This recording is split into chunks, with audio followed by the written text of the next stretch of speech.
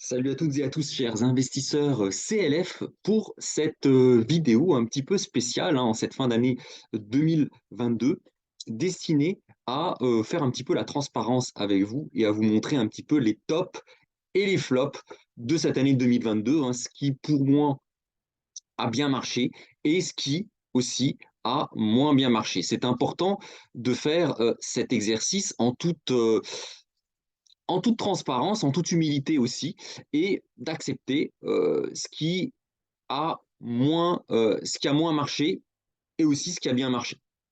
Alors, sans plus attendre, je vais commencer. Moi, j'aime bien commencer souvent par le négatif, parce que bah, j'aime toujours terminer par une note positive. Alors, on va commencer par les flops de cette année 2022. Le gros flop, c'est que j'ai échoué dans mon objectif d'atteindre la liberté financière comme je le prévoyais fin 2021. Alors, si vous vous souvenez, j'avais fait une vidéo à la fin de l'année 2021 où je prévoyais, j'étais même confiant que courant de l'année 2022, j'atteindrai la liberté financière. Donc la liberté financière, qu'est-ce que c'est? C'est la capacité à vivre de ses revenus passifs sans dépendre d'un salaire, d'un revenu actif, sans avoir besoin d'échanger du temps contre de l'argent. Et c'était l'objectif, en fait, c'était un objectif que je pensais être atteignable à la fin de l'année 2021. Et quand je fais la rétrospective de cette année 2022, force est de constater que malheureusement, cet objectif n'a pas été atteint. Alors, pourquoi? Pourquoi cet objectif n'a pas été atteint? Ça, c'est très important.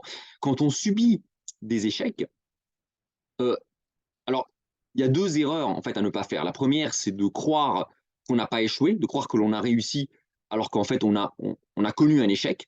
Typiquement, ce que font les Russes en Ukraine. Vladimir Poutine refuse de reconnaître ses échecs, alors qu'il y a un échec. Donc ça, c'est le premier point. Et le deuxième, c'est de croire que l'échec est lié à un environnement, d'accuser l'environnement d'être responsable de ces échecs, alors que dans 99% des cas, les échecs sont liés à notre propre mauvaise appréciation des risques. Alors, pourquoi cette liberté financière, dans mon cas, n'a pas pu être atteinte à la fin en courant 2022, comme je le prévoyais pourtant en 2021? Alors, il y a trois causes que je vais développer. La première, c'est l'effet cliquet.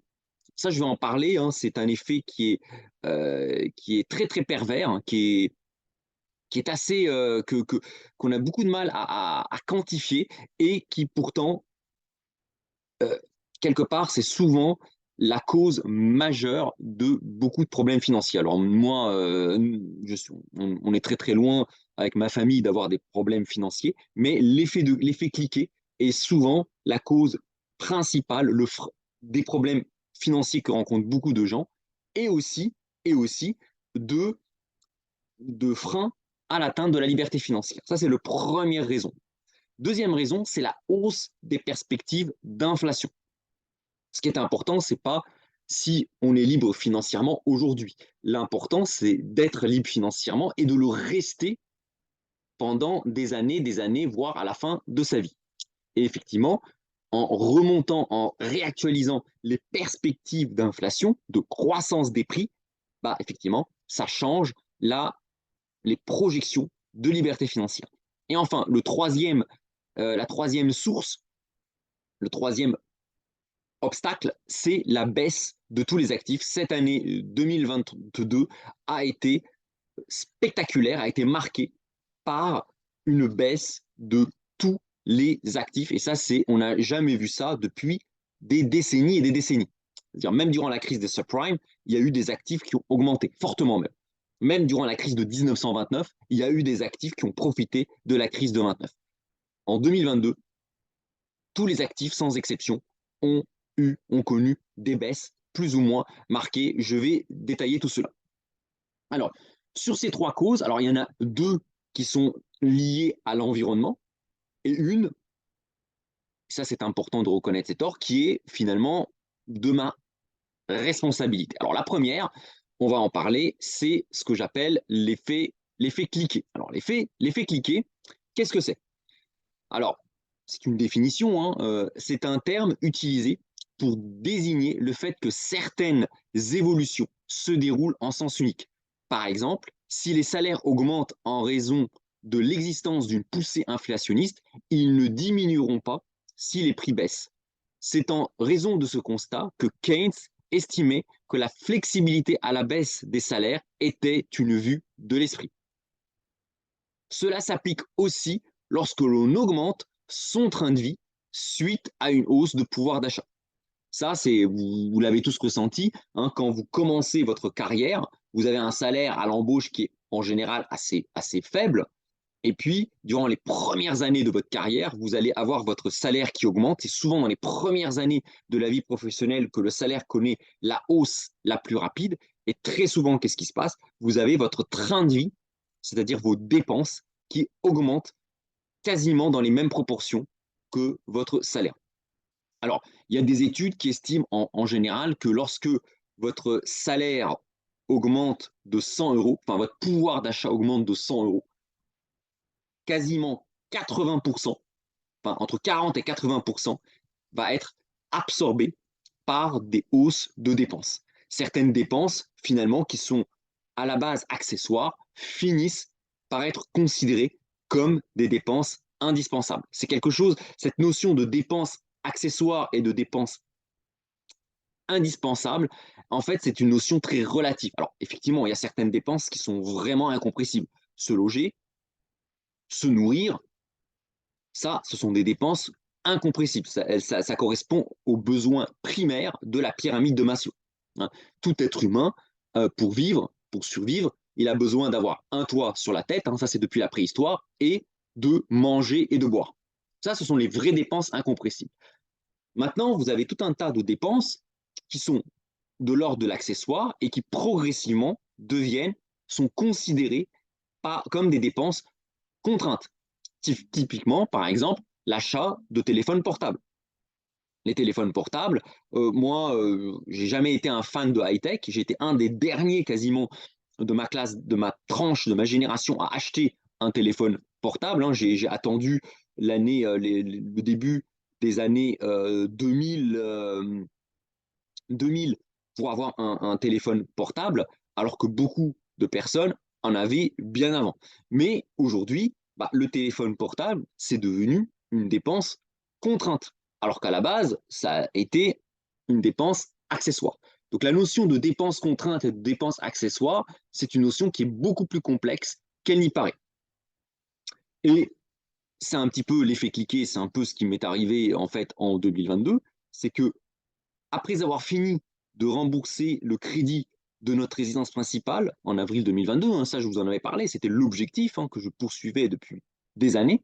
En fait, dans les mois qui ont suivi, notre train de vie a sensiblement augmenté. Hein, quand je regarde, hein, quand je fais la rétrospective des recettes et des dépenses, bah, je vois que bah, on a fait davantage de restos, de sorties payantes, d'achats de bricoles pour les enfants, d'objets de déco, d'activités pour les enfants. Et donc tout ça, en fait, la somme de tout ça a fait que bah, les dépenses, en fait, le train de vie a augmenté. Et l'action conjuguée de toutes ces dépenses a provoqué une hausse de notre train de vie de presque 500 euros par mois. Donc ça c'est quelque chose voilà, que j'ai expérimenté. Quand on vit seul, on peut finalement se faire plaisir un bon coup et ensuite réduire drastiquement son train de vie. Ça, c'est possible. D'ailleurs, souvent, hein, si vous remarquez, hein, la plupart des influenceurs qui vous parlent de liberté financière, ils ont, pour la grande majorité d'entre eux, un point commun, c'est qu'ils n'ont pas d'enfants. Ils n'ont pas d'enfants. Donc pour eux, c'est assez simple finalement de freiner un maximum les dépenses et ensuite de n'investir l'argent que dans des actifs et pas dans des passifs. Donc ça, c'est assez simple, hein, c'est une notion simple, hein, oui. Dès qu'on a un peu d'épargne, il faut l'investir dans des actifs, donc quelque chose qui vous fait rentrer de l'argent et pas dans des passifs. Ça, c'est quelque chose de simple quand on est seul. Dès lors que qu'on est en couple et qu'on a des enfants, c'est quelque chose de beaucoup plus compliqué. Et même moi-même, qui pourtant ai travaillé 20 ans dans la finance, j'ai beaucoup de mal, finalement, à me discipliner là-dessus. Parce que quand vous êtes seul, c'est simple. Quand vous êtes une famille, c'est beaucoup plus compliqué. Alors, effectivement, il y a une personne dont j'ai lu les livres, dont je me suis inspiré même, qui est Robert Kiyosaki, qui est multimillionnaire aujourd'hui, hein, qui a un empire immobilier. Bon, bah, Robert Kiyosaki a passé, ça il écrit dans ses livres, hein, Père riche, Père pauvre et le cadran du cash flow, il écrit clairement qu'il a passé des années à vivre dans une caravane pour ne pas payer de loyer et pour investir quasiment l'essentiel des économies dans des actifs qui lui rapportent de l'argent. Bon. Ça, c'était vraiment le début, le départ en fait de sa fortune, lui et son épouse Kim. Vous voyez, je connais bien, bon, tout ça c'est public, hein, bien sûr, hein, c'est dans ses livres. Bon, et ça, il faut d'une part avoir une force de caractère pour le faire, et quand bien même vous avez la force de caractère, vous avez la motivation, il faut que votre conjoint et que vos enfants vous suivent. Et on ne choisit pas. Ça, c'est quelque chose qui ne dépend pas que de soi-même. C'est pas évident d'imposer un mode de vie à sa propre famille. À soi-même, c'est possible, c'est faisable. Par contre, effectivement, quand vous avez une famille, c'est quelque chose de beaucoup plus compliqué.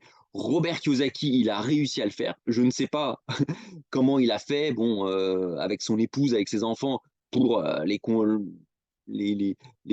de vivre dans une caravane le temps d'atteindre la liberté financière. Bon, c'est pas quelque chose que je recommande, hein, personnellement, parce qu'on ne vit qu'une fois. Enfin, si on se prive, si on passe sa vie à manger que de l'eau, du pain et des pâtes, et que l'on vit dans une caravane ou même dans un 30 mètres carrés quand on est quatre, euh, c'est pas forcément vivable. À quoi ça sert d'atteindre la liberté financière si finalement on se restreint sur tout? Enfin, pour moi, c'est pas quelque chose finalement qui est euh, pour moi, c'est pas quelque chose de vivable. Enfin, c'est même contre-productif. L'objectif dans la vie, quelque part, c'est d'atteindre la liberté financière, mais sans avoir à vivre enfin, un moine tibétain, on va dire, hein. Donc, donc ça, c'est quelque chose qui est important à savoir. Et effectivement, moi-même, hein, donc voilà, j'ai laissé dériver, on va dire, notre train de vie, effectivement. Et donc, une hausse. On a eu cette année 2022 une hausse du train de vie de 500 euros par mois. Alors, une partie peut-être s'explique par l'inflation, parce qu'évidemment, tous les prix cette année 2022 ont augmenté, mais il faut reconnaître qu'il y a aussi un certain dérapage du train de vie. Et donc, évidemment, en intégrant la hausse du train de vie de 500 euros dans les dépenses récurrentes, cela contribue à faire baisser le coefficient de liberté financière. Donc ça a été la première raison, on va dire, de l'échec d'atteindre la liberté financière, c'est finalement la dérive du train de vie, appelé aussi effet cliquet, hein, qui s'applique quasiment à tout le monde. Donc ça, en fait, ça c'est important, c'est que quand vous avez votre salaire qui augmente, quand vous avez vos revenus qui augmentent ou vos dépenses qui baissent parce que vous avez fini de rembourser un crédit, c'est important finalement de tout de suite mettre en place des versements programmés sur des comptes rémunérés. Alors ça peut être un livret A, mais ça peut être aussi par exemple une assurance vie à architecture ouverte. Donc ça, c'est important de mettre en place des revenus, des virements, des versements programmés sur des placements qui rapportent, justement pour éviter que l'intégralité de votre hausse de salaire ne soit entièrement bouffée, excusez-moi de l'expression, ne soit mangée par la hausse du train de vie. Alors, deuxième raison, hein, ça c'est plus une raison environnementale, c'est l'actualisation des projections d'inflation. Alors moi, personnellement, je ne crois pas en la capacité des banques centrales à endiguer l'inflation sur le long terme et je pense que malheureusement, la monnaie avec laquelle on s'échange des biens et des services est condamnée à perdre de sa valeur dans le temps. Or, quand une monnaie perd de sa valeur, on ne le ressent pas au travers d'une courbe qui baisse, comme c'est le cas des actions en bourse. La seule chose que l'on ressent, c'est une hausse de plus en plus rapide des prix à la manière, c'est un peu comme quand un bateau coule et que vous êtes dans un bateau qui coule, vous ne voyez pas le bateau qui coule, vous voyez juste le niveau de l'eau qui monte de manière implacable. C'est ce qui s'est passé pour les malheureuses personnes prisonnières du Titanic, quand le Titanic a coulé. Les personnes, la dernière chose malheureusement que les personnes qui étaient coincées dans le Titanic ont vu, c'est l'eau monter. Elles n'ont pas vu le bateau couler, elles ont vu l'eau monter. C'est un petit peu ce qui se passe quand on voit les prix qui augmentent. Ce n'est pas la baguette de pain qui est plus délicieuse et dont la valeur augmente, c'est la valeur de la monnaie qui diminue. Et au moment où je vous fais cette vidéo, dernier exemple en date, ce sont les médecins libéraux qui se sont mis en grève pour, ni plus ni moins, demander que le prix de la consultation passe de 25 euros à 50 euros. C'est énorme, c'est un doublement, un fois deux. Donc les médecins, très clairement, ils ne justifient pas par le fait qu'ils vont être 2 fois plus efficaces. Et comme ils vont être 2 fois plus efficaces, ils demandent une multiplication par 2 des prix de la consultation. Non. Ce que les médecins demandent, c'est en fait une revalorisation de leur rémunération à la hauteur du pouvoir d'achat qu'ils ont perdu du fait de l'inflation et donc du fait de l'érosion de la valeur de la monnaie. Et plus la monnaie perd de sa valeur, et plus les gens vont se battre quelque part pour demander des hausses de salaire ou des hausses de prix, suivant qu'on soit libéral ou salarié, pour éviter que son pouvoir d'achat ne soit rogné par l'inflation et par la baisse de la valeur de la monnaie. Donc sans nécessairement croire au risque d'hyperinflation, pour moi le risque d'hyperinflation, il n'est pas pour demain, j'ai dû réactualiser mes projections d'inflation de 2% à 5% par an. Cela ne paraît pas spectaculaire, mais ça suffit pour augmenter le rythme des dépenses de manière suffisamment importante pour empêcher mon coefficient de liberté financière de dépasser le seuil des 100% et donc d'atteindre la liberté financière. Et enfin, troisième cause de l'impossibilité d'avoir atteint la liberté financière en 2022, c'est la baisse synchronisée de tous les actifs en 2022.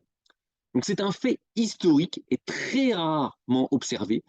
En cette année 2022, tous les actifs, sans exception, ont connu des baisses plus ou moins spectaculaires. Alors, c'est pas tant sur les actions, les actions ont baissé, mais on a connu des années où les actions ont baissé, se sont littéralement effondrées. Mais cet effondrement des marchés actions qu'on avait observé par exemple en 2008, en 2001, en 1929, avait été compensé par des hausses d'autres actifs.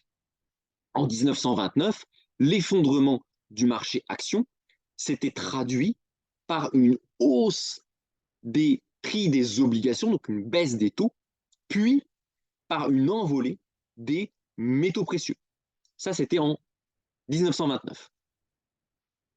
En 2001, suite à l'effondrement de la bulle Internet, les marchés actions se sont effondrés, notamment la bulle Internet, mais cet effondrement des marchés actions s'était matérialisé, a été suivi d'une envolée des prix des obligations, d'une envolée des prix des métaux précieux et d'une envolée des prix des matières premières, pétrole en tête, surtout après les attentats du 11 septembre. Et enfin, la crise des subprimes 2008, qui a vu un effondrement des actions, un effondrement des prix de l'immobilier, surtout aux États-Unis, mais on a assisté à une envolée des prix des obligations, donc à une baisse des taux, à une remontée des prix des métaux précieux et surtout au réveil des crypto-monnaies.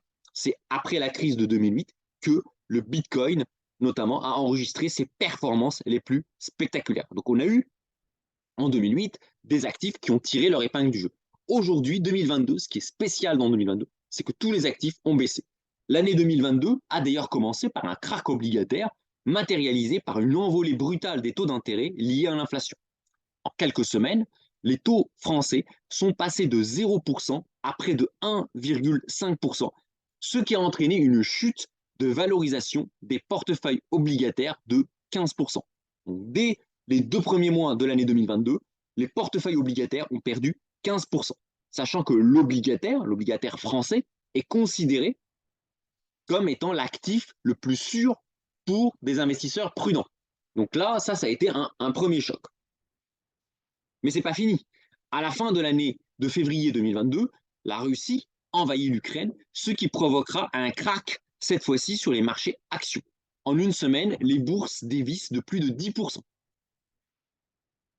Une fois la stupeur de l'invasion de l'Ukraine passée, les métaux précieux qui avaient profité de la montée des périls chutent fortement. Or et argent, qui avaient flirté avec les 2000 $ l'once et les 30 $ pour l'argent, enfoncent des supports majeurs. Ils enfoncent les 1700 $ pour l'or et 20 $ pour l'argent. Et malgré un rebond de dernière minute, termine l'année dans le rouge. Donc cette année 2022 a aussi été une mauvaise année pour les métaux précieux. Et c'est pas fini. Après une accalmie estivale sur les marchés obligataires, liée notamment au déboire de l'armée russe en Ukraine, les taux repartent à la hausse de plus belle en raison des tensions inflationnistes persistantes. Les taux français flirtent désormais avec les 3%, les taux américains avec les 4%, et les taux britanniques dépassent même momentanément les 5%, provoquant un effondrement de la valorisation des fonds de pension et la chute du gouvernement de Madame Truss. Je vous rappelle que au Royaume-Uni, les retraites sont financées par capitalisation, c'est-à-dire que les Britanniques, les Anglais, mettent chaque mois, chaque année de l'argent dans des fonds qu'ils vont liquider, qu'ils vont retirer au moment du départ à la retraite. Et cet argent-là est placé majoritairement sur des obligations du Trésor britannique. Donc, plus les taux anglais augmentent, plus la valeur des obligations sur lesquelles sont gagées les retraites des Anglais s'effondre. Avec des taux anglais qui sont passés de 2% à plus de 5%, les fonds, les fonds de pension ont vu leur valorisation baisser de 50%. C'est énorme. C'est énorme. Pourquoi? Parce que quand vous préparez votre retraite, vous achetez des obligations de maturité 20 ans ou 30 ans. Or, plus vous investissez dans des obligations de maturité longue, et plus votre sensibilité par rapport au taux d'intérêt augmente. Donc, si vos taux d'intérêt augmentent de 1% et que vous achetez des obligations à 30 ans, la valeur de vos obligations va baisser de 1%, multiplié par la maturité, multiplié par 30 ans. Donc 30 fois 1%, ça fait 30% de baisse. Donc on a vu carrément la valorisation des fonds de pension anglais s'effondrer littéralement de 50%. Et donc ça a été un drame pour des millions de retraités britanniques qui voient leur retraite fondre comme neige au soleil. Plus près que l'Angleterre, en France, au moment où j'écris ces lignes, les fonds euros, alors pas les unités de compte, hein, les fonds euros des assurances vie, au moment où je parle, enregistrent des moins-values de 20% sur les portefeuilles obligataires. Alors vous ne le voyez pas parce que les fonds euros sont garantis avec les fonds propres de l'assureur. Mais si tous les assurés venaient à retirer leur argent au même moment des fonds euros des assurances vie ou même à effectuer des arbitrages des fonds euros des assurances vie vers les unités de compte, les assureurs devront constater, officialiser les pertes qu'ils subissent sur les portefeuilles obligataires des fonds euros. Et c'est ce qui pousse les gérants actions des assureurs à tout faire pour essayer de faire monter les marchés actions, pour essayer de compenser les moins-values obligataires. Donc pour le moment, ça tient. Pourquoi ça tient? Parce qu'il y a un proverbe qui dit « pas vendu, pas perdu ». Donc comme pour le moment, les assurés ne cherchent pas à retirer massivement l'argent des fonds euros des assurances vie, bah, du coup, les assureurs peuvent garder les obligations en moins-value en espérant que d'ici quelques mois, quelques années, ces moins-values repasseront dans le vert, deviendront des plus-values. Donc là, tout le monde croise les doigts pour qu'il n'y ait pas, au moment où les marchés obligataires plongent, les assureurs croisent les doigts pour qu'au même moment, les assurés ne viennent pas racheter les parts détenues en fonds euros. En fonds euros uniquement. Les unités de compte, c'est autre chose. Les unités de compte, ça, c'est quelque chose de différent. Les assurances-vie, les assurances-vie ouvertes par les assurés qui sont placés en unité de compte, soit que vous gérez directement vous, soit gérés par un conseiller en gestion de patrimoine, ne sont pas concernés par ce phénomène. Mais ça, c'est une minorité de personnes. La grande majorité des Français qui ont une assurance vie investissent majoritairement en fonds euros. Donc, si ces personnes retirent leur argent des fonds euros, là, il pourrait y avoir un vrai mouvement de panique avec des assureurs qui sont obligés de vendre des obligations en moins-value. Et ça peut devenir assez problématique. C'est pas fini, hein. Après la politique zéro Covid en Chine, et l'enlisement du conflit russo-ukrainien, c'est au tour du pétrole, du gaz naturel et des matières premières alimentaires telles que le maïs ou le blé de connaître une très forte baisse des cours, hein, qu'on a vu plutôt en deuxième partie d'année, voire même au quatrième trimestre 2022. Et au moment où je vous parle, le pétrole, le gaz naturel, le maïs et le blé sont à leur niveau inférieur au début de la guerre en Ukraine. Aujourd'hui, le blé, le maïs, le gaz, le pétrole valent moins cher que à la fin de l'année 2021. Donc sur 2022, même les matières premières énergétiques et alimentaires ont vu leur prix baisser. Et pour finir, on aurait pu s'attendre à ce que la défiance vis-à-vis des banques centrales à enrayer l'inflation profite aux crypto-monnaies. Mais que nenni!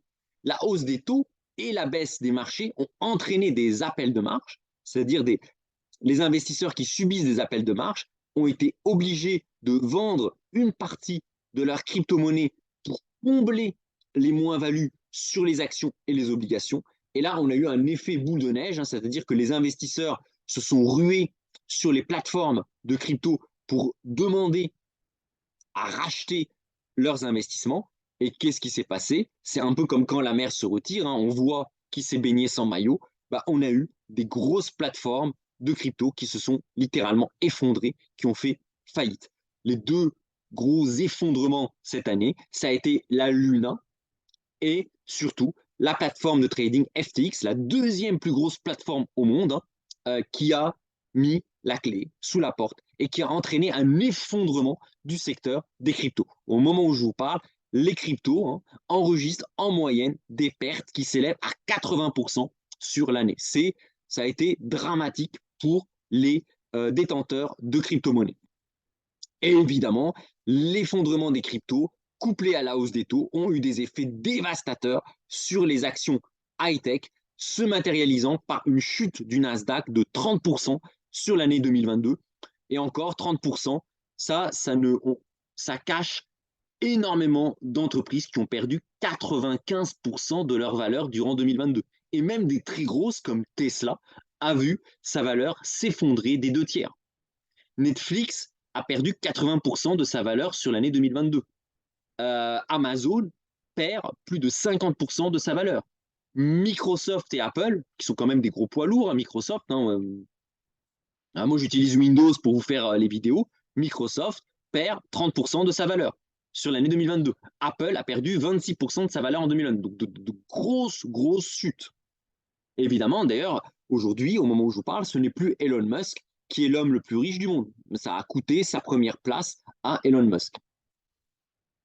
Et enfin, last but not least, l'immobilier qui en France a si bien résisté, y compris durant la crise dite des subprimes en 2008, commence à battre de l'aile. Pour la première fois, la baisse des prix à Paris, on ne parle pas d'un petit hameau situé à Pétaouchnok, c'est Paris, la baisse des prix à Paris flirte avec les moins 10%. Et même, certains quartiers de Paris sont maintenant en dessous des 10 000 euros le mètre carré. Et ça, cette baisse de près de 10% des prix à Paris ne s'est pas vue depuis le début des années 90. Donc il faut remonter à il y a 30 ans pour voir une baisse aussi marquée des prix de l'immobilier. Et d'ailleurs, moi-même, hein, qui avons avec mon épouse, on a deux appartements en location. Hein, notre patrimoine immobilier enregistre une baisse de 1,5% sur l'année 2022. Alors, le seul rescapé à la baisse générale de tous les actifs, pour le moment, ce sont les SCPI qui ont bien résisté à cette année 2022. Mais attention, les performances passées ne prédisent pas les performances futures. Donc voilà un petit peu pour les flops. Hein. Donc pourquoi cette liberté financière n'a pas pu être atteinte en 2022? Donc trois raisons. L'effet cliquet, hein, donc la hausse du train de vie, la revue des perspectives d'inflation et la baisse coordonnée de tous les actifs. Néanmoins, cette année 2022 a aussi été marquée par de bonnes nouvelles, de bonnes surprises nous concernant. En effet, on a quand même vu, avec mon épouse, notre patrimoine total augmenter. Au moment où je vous parle, notre patrimoine total, il est supérieur aujourd'hui à ce qu'il est il y a un an, malgré tout ce que je vous ai cité. Pourquoi? On va détailler. Alors, on a bénéficié de hausses de salaire, une surperformance de nos portefeuilles d'actifs par rapport au marché, les SCPI qui ont été bénéfiques et le remboursement de tous les crédits qui ont permis quand même de dégager une épargne supplémentaire, même si une partie de cette épargne, hein, comme je l'avais dit dans la vidéo, a été absorbée par un certain nombre de dépenses supplémentaires. Alors, les revalorisations salariales. Alors, bon, ma compagne qui travaille dans le milieu médical a pu voir son salaire revalorisé, ce qui est une bonne chose car ces métiers pourtant indispensables à la société sont mal considérés. Et ça, c'est un petit peu ce que je regrette, hein, c'est que les métiers les plus importants, les métiers de la santé, les métiers, les éboueurs, les métiers, tout ce qui est les assistantes maternelles, les plombiers, tout ça, ce sont des métiers souvent mal considérés et pourtant importants, primordiaux à la société. Aujourd'hui, on le voit, hein, quand les conducteurs de train se mettent en grève, tout le monde le voit. Quand les éboueurs se mettent en grève, tout le monde le voit. Pourtant, ce sont des professions mal considérées, trop mal considérées, hélas. Par contre, pour reprendre la phrase de François Ruffin, alors je ne suis pas du tout du bord France Insoumise, hein, sinon je ne ferais pas ces vidéos. Si les consultants de McKinsey se mettaient en grève demain, personne ne le remarquerait.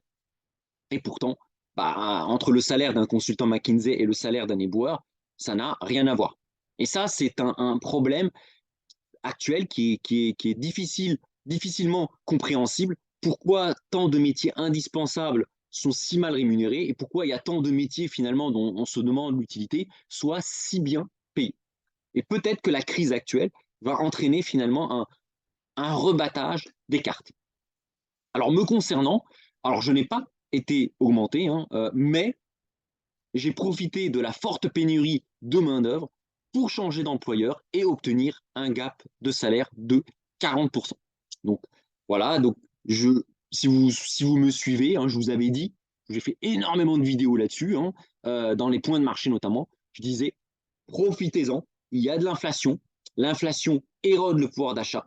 Par contre, profitez du fait que cette inflation s'est accompagnée de beaucoup de pénuries de main-d'œuvre pour vous affirmer auprès de votre employeur et si vous n'avez pas l'augmentation que vous estimez juste, vous profitez pour changer d'employeur et avoir un gap de salaire à la hausse.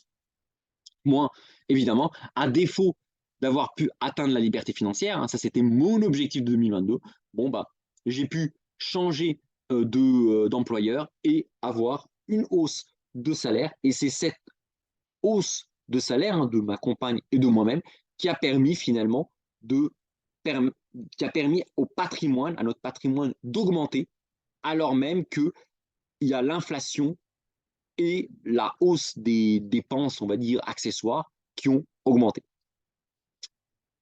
Moralité de la chose, c'est très important, ça c'est très très important, de suivre l'actualité financière et économique, non seulement pour vos investissements, mais aussi pour le pilotage de votre carrière. C'est en période de pénurie de main-d'œuvre et d'inflation qu'il faut changer d'entreprise ou entreprendre, créer sa propre entreprise. Et à l'inverse, c'est en période de déflation et de chômage de masse qu'il faut se mettre à l'abri dans des postes où l'emploi est sécurisé. Et ça, avec mon épouse, on a parfaitement su gérer finalement ce cycle économique. Durant les années de vaches maigres, où il y avait du chômage, etc., on a su finalement faire le dos rond, avoir des postes finalement où la sécurité de l'emploi est quasi garantie, pour ensuite prendre des risques, comme je l'ai fait en cette année 2022, au moment où il y a des pénuries de main-d'œuvre. Deuxième raison, c'est la surperformance de nos portefeuilles par rapport au marché. Alors, qu'est-ce que j'ai fait cette année, hein? Vous avez pu le voir durant mes points de marché. Je suis passé d'une gestion statique à une gestion dynamique du patrimoine financier, ce qui m'a permis de limiter la casse. Alors que la performance moyenne des marchés, hein, actions, obligations, crypto, métaux précieux, matières premières, avoisine les moins 20% en moyenne, la performance de mes placements, elle est certes négative, hein, ça, je ne fais pas de miracle, mais elle reste contenue, inférieure à moins 5%. Sur la plateforme de trading, hein, ça je vous montre, hein, des photos de mon portefeuille de trading, ma performance est à peu près à moins 4,5% depuis le début de l'année, ce qui n'est pas dramatique quand on regarde que l'ensemble des actifs a perdu en moyenne 20%. Hein, ça commence à moins 8% pour le CAC 40 et ça va à moins 80% pour les cryptos. Mon portefeuille de trading, ses pertes sont limitées à moins 4,5%. L'assurance vie à architecture ouverte que je gère pour mon propre compte ne perd que 4,15%. Mon compte titre ne perd que moins 0,55% et mon plan d'épargne entreprise perd que 5,5%, en grande partie grâce aux abondements versés par l'employeur. Donc au final, sur l'ensemble de mes placements financiers, les pertes restent contenues en dessous des moins 5%, alors que tous les actifs ont perdu, ont connu de grosses baisses, et même pour la plupart d'entre eux, ont même eu des baisses à 2 chiffres, supérieures à moins 10%. Donc ça a été la deuxième bonne nouvelle. Troisième bonne nouvelle, les SCPI. Alors, une classe d'actifs, hein, je vous en avais parlé, a pour l'heure très bien résisté à la morosité des marchés, les SCPI. Grâce aux différentes aides gouvernementales et au quoi qu'il en coûte de M. Macron, les entreprises ont pu rester solvables, ce qui a permis aux SCPI de ne pas baisser et même d'enregistrer certaines hausses. Les loyers perçus par les SCPI ont même enregistré des hausses, ce qui a permis à celles-ci de revoir à la hausse les dividendes distribués aux investisseurs. Et grâce à la hausse des dividendes des SCPI, cumulée à la hausse de nos salaires, on a réussi à avoir finalement un patrimoine qui augmente. Et enfin, un dernier, c'est le remboursement de tous les crédits. Alors ça, c'était quelque chose qui était programmé, qui était prévu. Après le remboursement total du crédit de l'appartement en Pinel, en Haute-Savoie, en 2017, suivi du remboursement intégral du crédit de l'appartement en dispositif Solibail en 2020, le 4 avril 2022 a été marqué par le remboursement total du crédit de notre maison qui fait office de résidence principale, permettant de faire baisser sensiblement nos charges fixes incompressibles et donc d'augmenter le coefficient de liberté financière. Donc voilà un peu voilà, des tops, des flops. Donc en conclusion, qu'est-ce que l'on peut dire? Donc malgré mon grand échec à ne pas avoir pu atteindre la liberté financière en 2022, je reste confiant pour 2023. Néanmoins, alors que je visais la liberté financière qui n'a pas pu atteindre en 2022, c'est paradoxalement les hausses de salaire qui ont pu nous permettre de se rapprocher de la liberté financière. Donc ça, c'est quelque chose vraiment d'important à savoir, c'est que pour atteindre la liberté financière, c'est un peu le paradoxe. Il faut certes bien investir, se former à l'investissement, faire appel à un conseiller en gestion de patrimoine si vous n'avez pas le temps pour gérer vos investissements, mais il faut aussi très bien piloter sa carrière. Donc n'écoutez pas les personnes qui vous disent voilà, je suis au SMIC et en étant au SMIC, j'ai atteint la liberté financière. Malheureusement, ça c'est une illusion. À moins de vivre dans une caravane, oui, ça c'est possible, Mais si vous avez un train de vie normal, vous avez des enfants, vous avez un train de vie normal, bah, qu'est-ce qu'il faut faire? Il faut d'abord augmenter ses revenus, augmenter son salaire, soit en négociant des augmentations de salaire, soit changer d'employeur, et ensuite utiliser la hausse de son salaire pour augmenter l'épargne disponible que l'on réinvestit sur les marchés financiers immobiliers. Et ça, c'est vraiment très important. C'est un peu le paradoxe, c'est qu'au début de l'année 2022, hein, vous commencez à me connaître, vous commencez à suivre mes vidéos, hein, regardez mes vidéos de fin 2021. Au 2022, début 2022, je misais sur ma sortie du salariat vers la liberté financière. Et paradoxalement, je n'ai pas pu atteindre la liberté financière, mais c'est la hausse, c'est le bond de mon salaire, de ma rémunération, qui me permet de me rapprocher de ma liberté financière.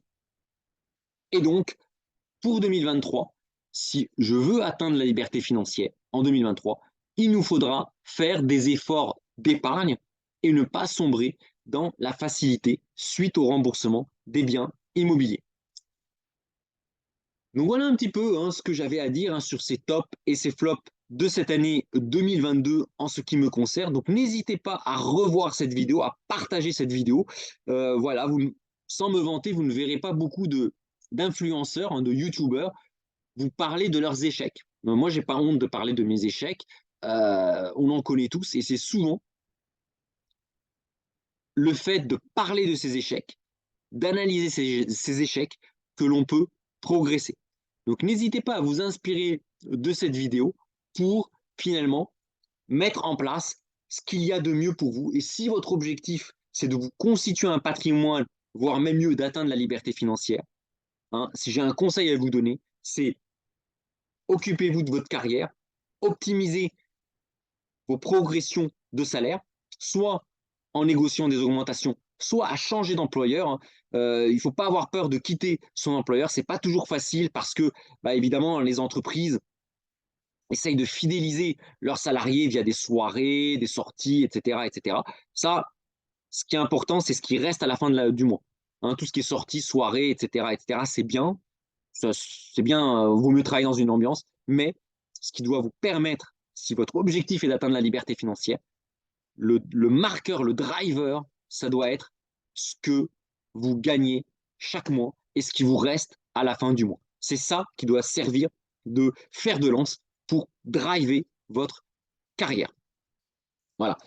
Et puis, lorsque vous mettez de l'argent de côté, surtout, essayez de vous forcer à faire des versements programmés. Hein, c'est ce que j'essaye, c'est ce que je mets en place, des versements programmés dans des supports qui vous rapportent de l'argent. Ça, c'est important d'avoir cette rigueur d'esprit. Hein, c'est un petit peu ce que j'ai toujours essayé de faire. Hein.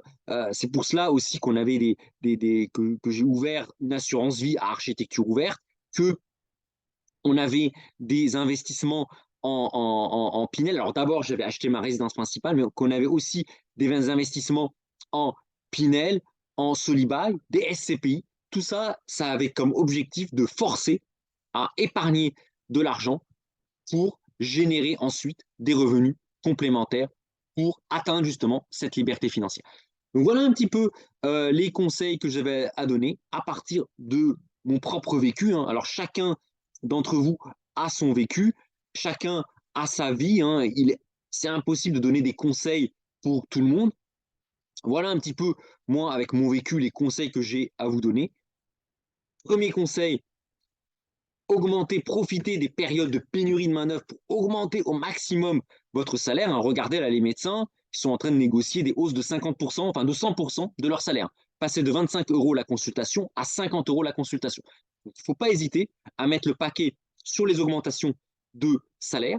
Et deuxièmement, se forcer à épargner, ne pas tomber dans la facilité de dépenser le surplus de ce qu'on a gagné, mais épargner dans des supports qui sont rémunérateurs. Donc, soit vous avez cette rigueur de le faire tout seul, vous avez cette rigueur et les connaissances financières pour tout gérer par vous-même, soit faire appel à un conseiller en gestion de patrimoine qui va vous pousser à mieux gérer votre la globalité de votre patrimoine.